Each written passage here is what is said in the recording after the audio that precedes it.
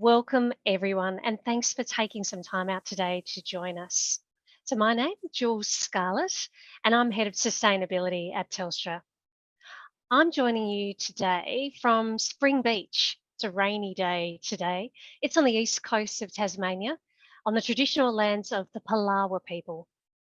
So before we commence, on behalf of Telstra, we would like to acknowledge the rich and diverse stories, the cultures and the traditions of all First Nations people across the country from where we're meeting. So welcome to the launch of the 6th Australian Digital Inclusion Index. In conjunction with the ARC Centre of Excellence for Automated Decision Making and the Society at RMIT University and the Centre for Social Impact at Swinburne University of Technology. I'd also like to welcome Distinguished Professor Julian Thomas from RMIT and Distinguished Professor Joe Barraket from Swinburne, who will be taking us through the key findings of this year's index. At Telstra, we are really proud of the role we have played supporting the index, from its inception in 2015 to the present, where it's become the recognised benchmark for measuring the digital divide in Australia. We know the importance of data and data-driven decision-making and policy, which is why we are so strong in our support for the index. But we're also really committed to working with you in partnership with many of the organisations you represent to address the challenges that the index identifies. So as we begin, let's first learn a little bit about some of the work that Telstra is doing as part of one of our community partnerships with Big Heart, through a video which shows how essential digital inclusion is in creating confidence and in creating agency in today's world.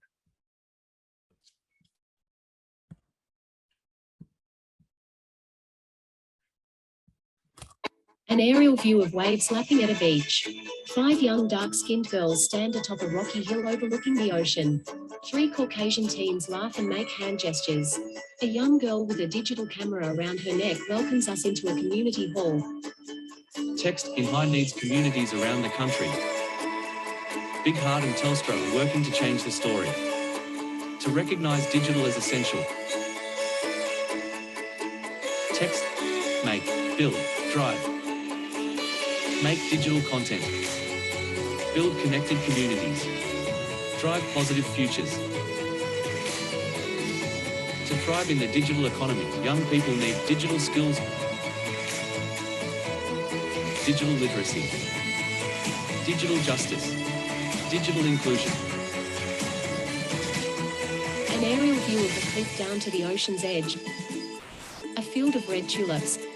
Text, working in northwest Tasmania and around Australia. In unison, a large group of teenage girls jump for joy. Text to highlight hidden injustice and build connected futures. Teens drum on a grinding rail as a skateboarder mounts the rail. In a darkened room, teens watch sport wearing Bluetooth headphones. Text so everyone can thrive.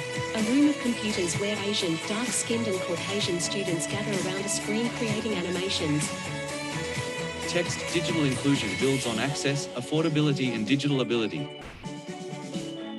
But it is also confidence, agency and permission.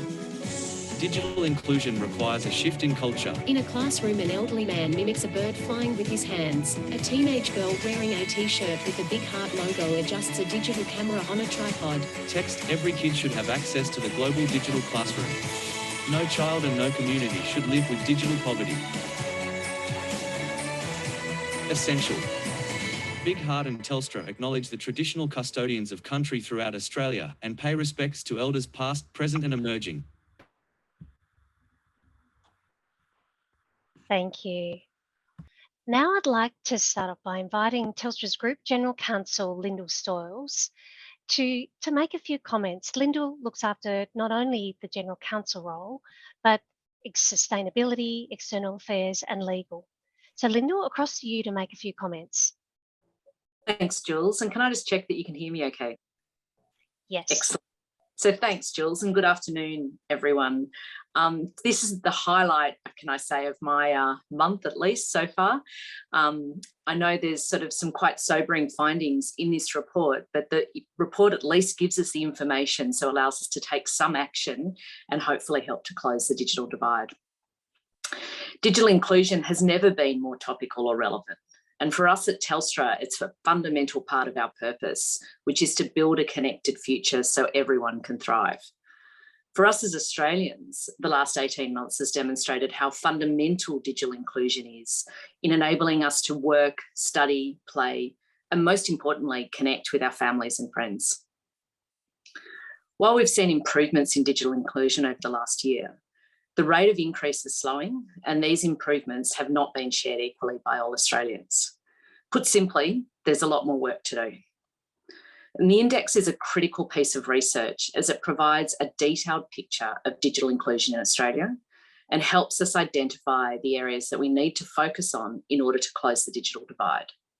We at Telstra use the index to guide how we develop and support programs that help reduce the inclusion gap. Through our Everyone Connected programs, we provide assistance to 1 million vulnerable customers.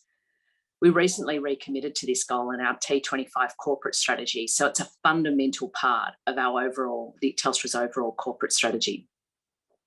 And this includes providing support through our Safe Connections program to those in financial hardship and those experiencing domestic and family violence. We work with many of you to build community digital capability through programs such as Tech Savvy Seniors and Deadly Digital Communities. I always struggle over the name of that program. We also ran a Connected Students pilot that looked at what is possible when you take affordability out of the equation for low-income families. As part of that program, we provided 100 students who are in their final 2 years of school with a device and connectivity for 2 years. The pilot began before the COVID pandemic related lockdowns, but became a vital tool for connecting students through home learning throughout 2020, particularly during the extensive lockdowns in Victoria. And what we discovered that was in many instances, this program also improved the digital inclusion of the whole family. Telstra is committed to measuring, monitoring and improving digital inclusion. And we're proud to share with you what this year's index has found, as well as showcase the improved digital tool. We hope the new website and interactive approach will help policymakers, business and community organisations focus on the issue of digital inclusion and inform the development of more effective policies, products and programs. We're very much looking forward to seeing how you use these insights. Thanks, Jules. Thanks, Lyndall. And so now we're going to pass to Distinguished Professor Julian Thomas from RMIT University, who will take us through the key findings of this year's index. Thanks, Julian. Thanks so much, Jules. And it's a real pleasure to be able to share with everybody the work we've been doing now for a couple of years. It's a significant time, I think, a critical moment in digital inclusion, and we're really looking forward to putting our work out into the community and enabling people to contribute, collaborate, share with us and comment. So really what I'm going to do now is give you a quick overview of some of the main findings that have come out of the work we've done so far. Then we're going to move to a Q&A. I'll move pretty quickly and some of the slides do have quite a bit of data on them. We will be sharing that, and I think we've already shared the details about on the website so that you can access the dashboards that we'll be talking about. The first thing I want to do is talk briefly about our approach to digital inclusion and the way in which we've tackled the challenge of measuring it, the way we've revised the index for this year, the sorts of changes that we've been made. Then I thought we would have a quick look at the main findings at a national and state level before I hope we'll have time to have a quick look at some more detailed issues. So let's get right into it. The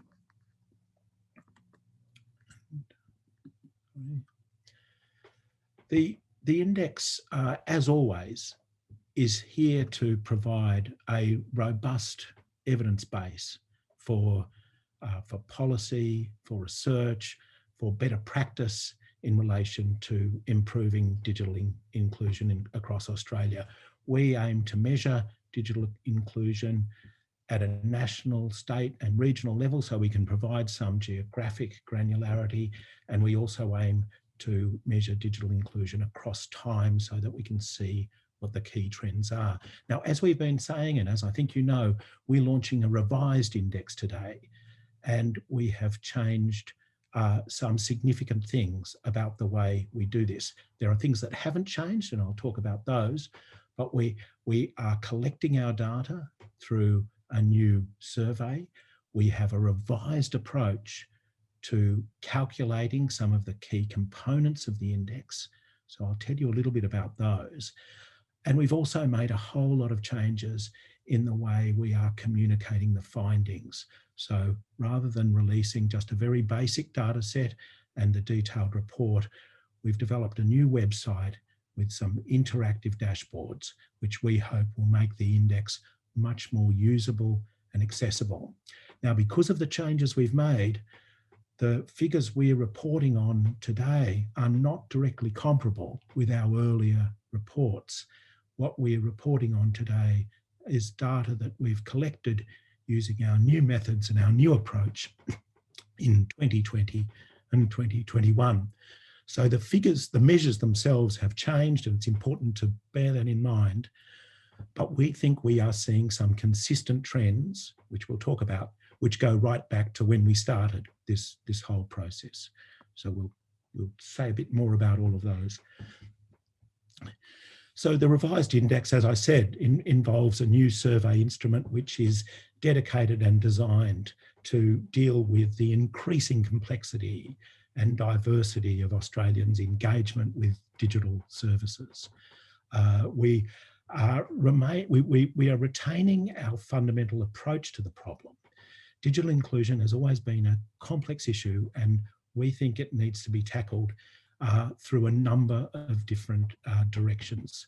So the three dimensions by which we measure digital inclusion, access, affordability, and digital ability, and I'll say more about all of these, remain the same, but we have updated the way we measure them, and we've been able to accommodate rapidly developing technologies better in the approach we've taken.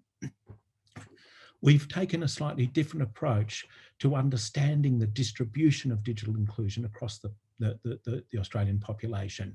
And what we've done is highlight that by identifying 4 key groups, and we'll be talking about these as we go through. So we're seeing the population across a spectrum from the highly excluded to the highly included. We've identified 4 key groups: the highly excluded, whose measures of digital inclusion fall well below the national average, right through to those who are highly included. And we think that if we are clearer about this, it will help us target interventions in this space much more effectively in time. We've developed a range of interactive data dashboards. I'll give you a quick look at those. They're on the website now, so people can take a look if they like, but I'll also show you what they look like. But what they enable you to do is to interrogate the data for yourself. So that's very important. The other thing that we have done is through this whole approach, we think we've made collaboration and cooperation with particular groups, with local government areas or state government departments or other community organisations who want to get involved and obtain robust evidence around digital inclusion outcomes in their particular populations. So our approach to revising the index, we think, will facilitate that approach. The sample sizes that we have from the survey we've done in 2020 and 2021, unfortunately, are too small for us to report on 2 key groups of people, on people in the Northern Territory and First Nations people. So this is an area where we want to keep working and keep improving our results, just as in everything to do with digital inclusion. we need to continually keep improving on what we're doing. But we do think that these are critically important areas, especially when it comes to a measure of digital inclusion across First Nations people. We believe this requires concentrated resources. And we think that is now a significant priority. That's been identified by the Commonwealth Government and others as part of the Closing the Gap process. And we think it is absolutely critical that that data is collected. We are working with Telstra and a range of other First Nations organisations to get a better understanding of the dynamics and levels of digital inclusion in remote Indigenous communities, and working with them on digital inclusion strategies. But that will not provide us with an overall measure. As we say, this is an important issue and one which needs more attention. Let me show you what the new dashboards look like, what they enable you to do. So this is covering the full range of questions and data that we've generated, and it really enables you to dig into what we've done at a level of detail which we haven't been able to provide before. You'll be able to export the data. You'll be able to generate charts, and tables, and drill down in ways that we haven't been able to do. So we hope that you find those as useful as we do. Let me just go back a little bit to how we've constructed the index at this stage. As always, it's based on 3 dimensions because, as I said, digital inclusion remains a multifaceted and complex problem. So we look at measures of access, affordability, and digital ability. I'll tell you a little bit more about how we're measuring each of those things.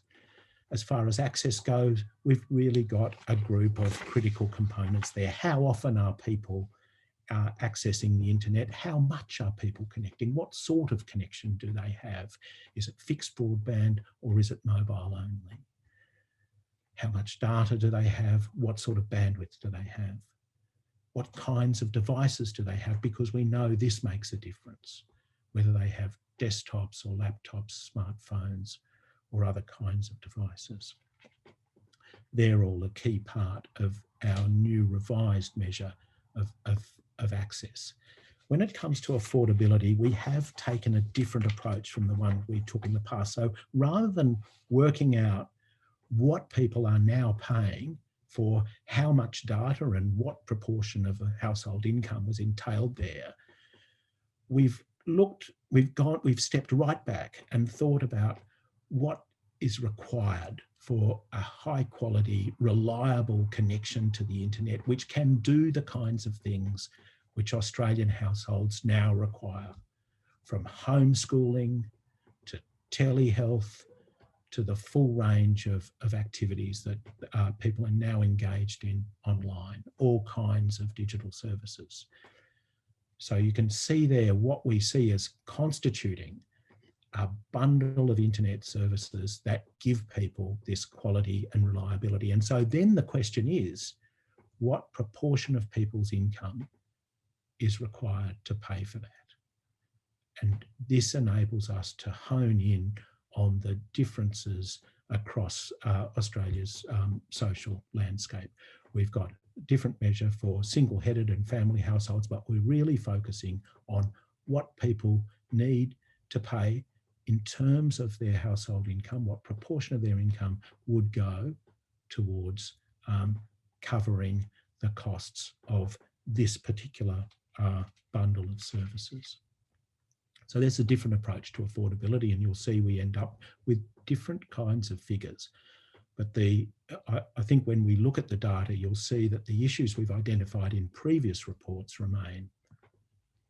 When it comes to digital ability, again, we've taken a different approach. And one thing we really wanted to do here was to try to generate a set of indicators where we could compare how Australia is going with other countries. So we've adapted an international set of a skill scale based on some excellent research from the UK and the Netherlands, and you can see that we've got a wider range of skill sets that we have identified, which we think respond better to the complexity and diversity of people's engagement with the internet and with digital services at the present time. So it's a revised measure of digital ability based on all of those things. So that's the overall approach that we've taken. That's the way in which we've adapted and developed the index for this year. Let me give you a bit of a sense of the sorts of results that we've seen so far using this new approach. And as in previous years, we've seen that digital inclusion is improving in Australia at an aggregate and at a national level. And so when you look, although different states are reporting significantly different results, overall there has been some significant improvement. We would point to an ongoing difference between the results we see in capital cities and those in the regions. So there is still a significant gap, over 5 points in our index scores, between the region's results and those in the capital cities. If you look at it in terms of the 3 dimensions of digital inclusion that I've been talking about, you can see that you can see that the gaps as well are there across all of them. There is, you can see that gradual improvement, which is really important. But so we can see with our 2020 and 2021 data. What you'll notice is we now have a high score for affordability, which has come out of that new approach that we've taken. That reflects the fact that for many Australians, affordability of internet services is not a significantly serious problem, but it is for some people, as we'll see, especially when we look at lower income households and other groups. So although we now have high numbers for affordability, we have not solved the affordability problem. We'll go into that in a little bit more detail. Let's have a look at the distribution of digital inclusion in Australia across the different states and territories. There is, of course, as I've already mentioned, that significant gap between results in metropolitan areas and in regional Australia. It's also clear that there are significant differences in outcomes between different states. So the ACT, as we have reported in earlier in earlier reports, is reporting the highest measures of digital inclusion by quite some way at 77 points.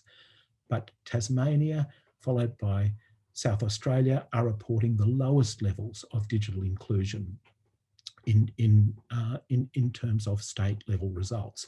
What is interesting, we think also, is that the other states are all reasonably close to the national average. So we have some areas, some states and territories which are doing much better or significantly worse. Most of them are around the same. But those gaps between metropolitan and regional Australia are significant across the whole country, as are the sorts of differences we see when we look at the social and economic distribution of digital inclusion.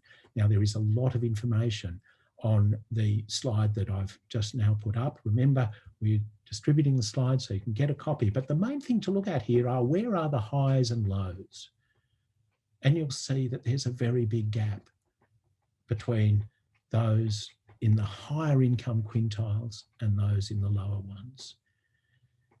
The degree digital inclusion in Australia is distributed according to a number of different key attributes or aspects of people's lives. It depends, how included you are depends a great deal on how old you are, on how much education you have, on how much income you have, what kind of housing you have are you a tenant in public housing, or do you own your own property? So the kind of household you live in, we find there's a big difference between single person households and households where we have a couple with children. Australians with a disability have a significantly lower level of digital inclusion, according to our measures, than the Australian average. So there is a very significant, very uneven distribution of digital inclusion across the population. What we are looking at is not an inclusive internet in Australia, but a socially and geographically stratified internet. And we need to bear that significantly in mind when we're thinking of the kinds of things that we need to do in order to fix it. Let me just pull out some key points that emerge from the data that we have. I talked earlier about that highly excluded group of Australians. These are Australians where we find an index score which is 45 or below, compared to a national average of, as you saw, of over 71. So these are people who are substantially excluded from the opportunities that are presented by participation online. 11% of Australians are in that category. That is down from last year.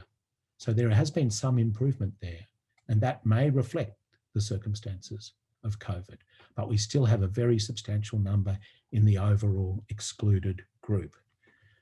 You'll see that we still have a substantial proportion of mobile-only users in Australia, people who do not have a fixed broadband connection.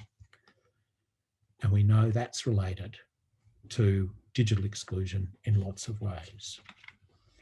Affordability is a significant issue. We're seeing that 14% of Australians would need to pay more than 10% of their household income to afford that bundle of digital and internet services that I talked about. And while we see that access is improving, the evidence is that the improvements have not yet been evenly shared. What are the critical gaps then, when we look at the data that we have so far? So here what we're saying is, what's the difference in digital inclusion between somebody who's employed and somebody who's not in the labour force? And it is significant. 15.9 points difference between people in that category, 26 points difference between those in the lowest and highest income quintiles, 33 points difference between those in our 18 to 34 age group and those who are 75 and over. A 25-point gap between those who have a degree and those who didn't finish secondary school. Now, as I say, we are dealing with new data and we have a new questionnaire. So these figures are not directly comparable to those that we've reported in the past, but we have found in our research and on digital inclusion and our reporting on the Digital Inclusion Index going back to 2016, that these gaps have been significant and persistent. So despite very substantial investments in improved access and some other areas, these gaps remain, and we can see that we still have a great deal to do if we are to bring all Australians into digital connectivity and connection equally. Let's have a look at some aspects in just a little more detail. So this is income, and as we saw, there's a very significant gap between those in the lower quintiles, lower income households in quintile 1 and 2, both are below the national average, quintile 1 especially so, and those in the higher groups. This is what happens when you look at that across the 3 dimensions that we measure. And you can see there that the point I made about affordability as an ongoing challenge is a significant one, especially for that quintile 1, that lower 20% of households on the income distribution. Their affordability score is almost 20 points lower than it is for the higher, or it is 20 points lower than those for the higher quintiles. So this is a kind of key critical issue. You will also see that there is a big gap there on the other dimensions, digital ability and access as well, of course, because all of this plays into people's ability to develop their skills and confidence, to do a range of things online, and to use the full range of devices and services that are available. If you look at the affordability question in a slightly different way, so this is about what proportion of your income would you need to spend in order to access the bundle of internet services required for a reliable quality connection to the internet. So you can see here that in quintile 4 and quintile 5, it's substantial. In quintile 5, everybody there is looking at paying more than 10% of their income in order to access that service. So that's going to be very, very difficult for them.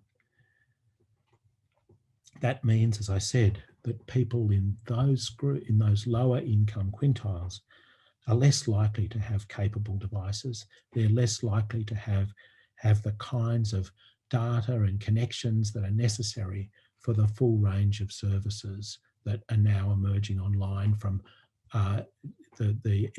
from homeschooling and education, of course, right through to telehealth and everything else. Let's look a little bit more at age. Again, we know that digital inclusion declines with age. This shows you how steep that is, and that it's in that 55 to 64 group that we start to see outcomes which are below the national average. Again, when you look at this using our 3 different dimensions of digital inclusion, you can see that it illuminates some of the issues in different ways. So that when we look at the 65 plus group and the 75 plus group, what we see in particular is a very significant challenge around digital ability in particular. Whereas there is less of a gap when we look at affordability. There is a gap in relation to access, but it's not as substantial. So the approach that we're taking, dealing with digital inclusion, as I said, as a complex and multifaceted problem, where different strategies need to be developed for different groups of people, because the underlying issues may be a different mix of these sorts of problems, helps us get at what sorts of programs might work best with different populations. Let me finish this very quick overview, thinking about a few particular groups in particular, and a few particular issues that we've been interested in for some time. First, mobile-only users, and we mentioned them before. 9.6% of Australians are in this category. And there is a very significant difference in digital inclusion measures for these groups compared to the national average, where people generally have both fixed broadband connections and a mobile service. And you can see that especially, I think, in relation to digital ability. Mobile devices, while extraordinary things and remarkably capable and powerful in all sorts of ways, remain resource constrained in some critical respects, especially when it comes to things like education and the sorts of tasks people require for work or study or those kinds of things. So that gap in digital ability is particularly significant. The access gap, that also points to a significant difference, especially in relation to how much data people have. And we know that with the kinds of increasingly complex and diverse digital services that people are seeking to use right now, data is enormously important. So there's a significant gap there, and this is an area where we continue to need to do more work. Now, I'm going to finish soon, but I thought I'd give you a quick look at some of the work that we've done on the impact of COVID, because of course the pandemic has driven an extraordinary digital transformation across many aspects of Australian life. All kinds of services have been changed as we've been having to work from home and do homeschooling, all kinds of things. So we did ask people last year, this is based on our 2020 data, which really came after that second wave of stay-at-home orders and other sorts of restrictions. We asked people whether they were spending more time online, what sort of range of activities they were doing online, whether that had increased, whether their skills had increased, whether they'd upgraded their internet access. And this is really interesting, because I think it does demonstrate that the pandemic has had a significant effect on the digital landscape in Australia. But whether it has substantially changed the pattern of digital inclusion is really another question that I think you can see here if you're looking at these sorts of results, where we can see that for that group of Australians which we've defined as highly excluded, a substantially smaller group of them reported spending more time online. A substantially smaller group of them reported doing a wider range of things online. A considerably smaller group of them reported developing better digital skills or upgrading their access through the course of last year. So while there was clearly an extraordinary transformation of digital services, it looks on the face of the sort of results that we have seen so far that most of that change has happened for people who have already been included, who have already been online. It may take some time for us to understand what the longer term consequences are, whether the ongoing digital transformation of services does have a significant effect in terms of bringing more people online for the first time over time. So we'll look forward to doing more work on this as we go along. But right now, our initial thinking is that we can see some dramatic change, but not necessarily in the distribution of digital inclusion. This is also just looking at these figures from the point of view of regional and metro. But I'll finish up there. We've got a summary report online, and as I've said, we're encouraging you all to access the interactive dashboards that are there. I wanted to finish, if I've got time, just by emphasising that the work that we've been talking about has been a team effort from start to finish. And I want to thank our terrific partners for all the support they've provided, which has made this research possible. I wanted to especially thank some key team members who have played a significant role in shaping this. And so I want to mention Chris Wilson, Abigail Bryden, Indigo Holcomb James, Sharon Parkinson, and my collaborator and friend Joe Barraket. We've been working on this together for a long time. Also our colleagues at the Centre for Social Research at ANU. Without any of those people, this work wouldn't have been possible.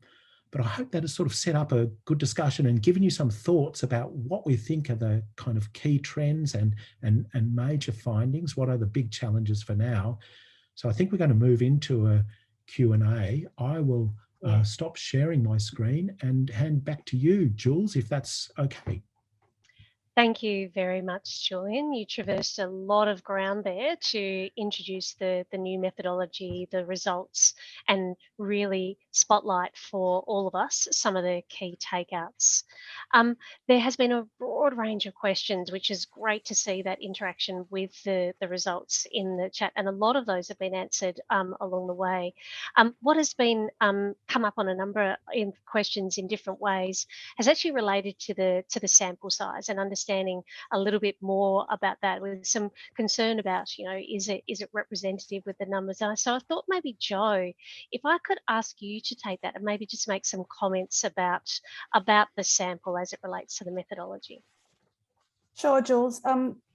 Acknowledging that Sharon Parkinson is our data scientist and I'm not, I'll do my best. As Indigo's already indicated in the responses, the approach has been using a stratified random sample. So that means that we do have statistical confidence in the reliability of the data.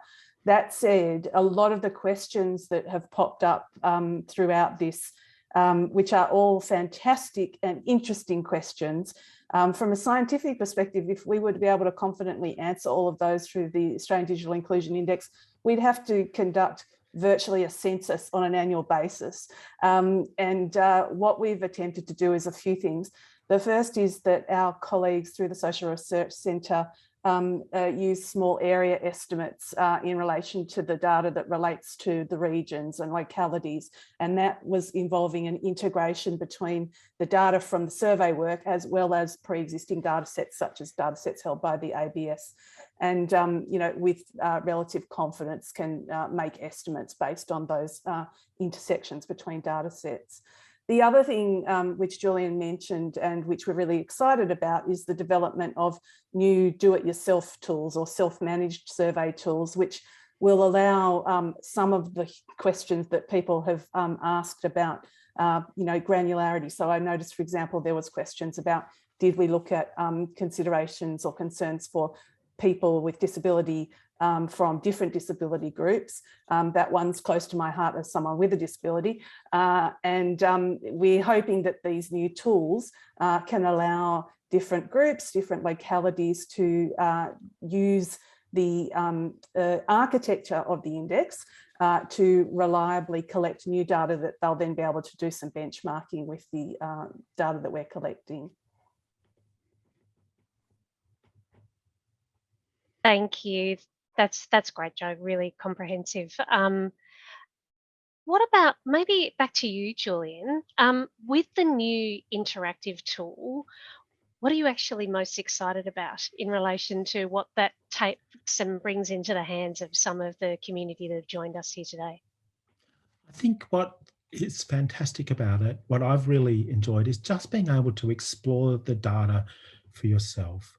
So to go into it, to ask questions of the data. What we've done in the past, of course, has been to try to write it up, to provide an analysis and to provide the kind of key figures that we think people want to use. But we know that people are interested in comparisons. That is what an index is really about. So how does one state compare to another? How does one population group compare to another? How does one age group compare to another? We can never provide all of that detail in a published report, but of course it's hard to access if all you have is the raw data. So what I find exciting about this, Jules, is that whereas in the past you needed to be a bit of a data nerd to get into this, so we had a lot of people talking about digital inclusion, but really it was as though it was a small group of specialists who really had a handle on the evidence that we needed. What we're hoping now is that we've given that capability to a much broader range of interested parties who do not have to be an expert in the statistics in order to figure out what the difference in a digital inclusion measure may be between a group of people in Western Australia and a group of people in New South Wales. They can now do that without having to go through that painful process of engaging deeply with the statistics. So I think, to me, that's the most exciting thing about it, Jules. It's trying to put these powerful tools in the hands of the people who are working in community organisations, in local and state government, in the business world, and in, you know, our research colleagues elsewhere in academe, and to make this sort of analysis much more accessible. The irony isn't lost on any of us, I'm sure, in terms of making more accessible the data regarding inclusion. It's been I know, a labour of love for many to bring it to, but it's so exciting to see it turning up. There was a question that's just in the chat, I don't think has been answered yet, and really more a perspective from you, Jo, maybe if you could. It reflected the fact that, you know, is the data telling us that those who are excluded before COVID are even more excluded as a consequence? And so just maybe your reflections on what that might say, a comment really referencing, you know, has digital poverty increased? Thanks, Jules. And I can see that question was put up by Joe Kavanagh. Hi, Joe. I think we're not quite ready to make a call because we're looking at a particular temporal issue.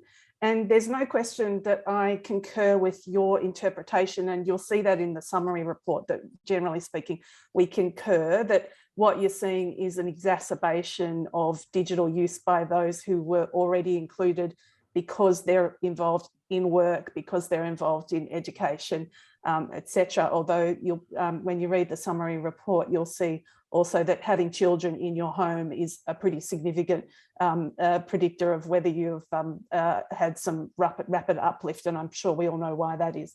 So there's definitely, you know, we can see that, but I think we need to ask ourselves what's going to happen next, because there's a whole lot of issues, and I noticed in the comments someone, you know, made a comment about the complexity, and I think that's the case. It's not, and the complexity here is not just going to be about who stays online. It's also going to be how services are redesigned and delivered into the future. And that itself is going to, you know, both create use it or lose it requirements that may leave people even further behind, or may start to pull some portion of those people who are digitally excluded in because they're needing to use the services in slightly different ways. So I'm not meaning to be waffly, it's just that it's a sort of a yes and no or both and question. We definitely see that those who are ahead are more ahead, but I think we need to watch this space, and I think by next year we'll have greater insight into what the fallout is from that. Thanks, Jo. I think we've probably got time to squeeze in at least one more. And I did see that there was one that really was stepping a little bit more broadly out from just our domestic focus, Julian, thinking a little bit more globally. And you had mentioned that, you know, this is all about thinking about comparisons, but it asked us about, you know, where might people go now to think about a comparison to peer countries on that affordability dimension of the index and inclusion? Look, it's a really complex issue. There is international data on some measures of affordability, and obviously on the costs of broadband services. What we always find with digital inclusion is there is considerable variation and difference across national boundaries. So what countries can we compare Australia with, and how do we go about that when we know services are quite different? What the OECD and other organisations have provided are some useful aggregate comparisons. In a way, our research is really sort of showing that there is a lot that is obscured or concealed in those kinds of comparisons, because what is really significant are often the variations within a population. Whereas overall, affordability may not look like a significant problem for most Australians. There is a significant number of people for whom it is, but not a majority of people. So a lot of what we're trying to do is to uncover something which is a little bit obscured through the kinds of aggregate figures that you get, usually compared in OECD and other data. Look, there are always debates about how to measure this, and always controversies. I think that the approach we're taking now sheds some significant light. It does connect to a growing body of opinion internationally around what is a basic, what is a good data service, what is a fundamental service required for everybody, and so we think it's useful and important on those scores. But Jules, I guess the basic answer is we're actually a long way from having a robust, granular, internationally comparable measure of the affordability of broadband services across different countries. The researchers have never been able to produce that. Thanks, Julian. That's clear, part of the challenge. I think I'll finish off now with a question, and it's sort of prompted to some degree from a comment from Ben from the city of Marion across in South Australia, where he's talking about, wanting to connect with others in South Australia because of looking at that challenge. And I must admit, I always feel motivated in the same way, looking at this coming from Tasmania and having that desire to go, what are we actually doing to address these gaps, and particularly in these states where the results are lower than others. But it sort of connected with a particular question about, and probably to Joe, is it possible to drill down in the data to the local council area? That was a question from Jonathan, about to see comparisons maybe at right down to that granular level. So you can look on the maps, and there's certainly at LGA level the overall index results, which provides those points of comparability. And I think Indigo's provided in the chat function multiple points of connection to the data dashboards and how they're used. And we'll share more of that information with everyone who's involved in the webinar when we send out the recording and material from today's discussion.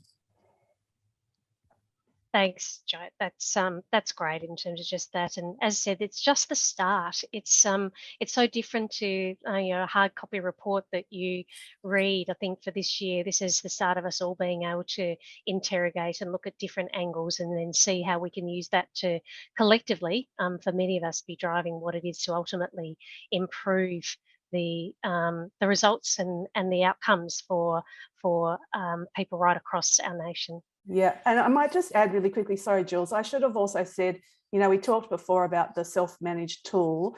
The team's already getting approaches from clusters of local government areas who are interested in utilising that to understand in a much more granular and deep fashion the contours of digital inclusion in their own regions.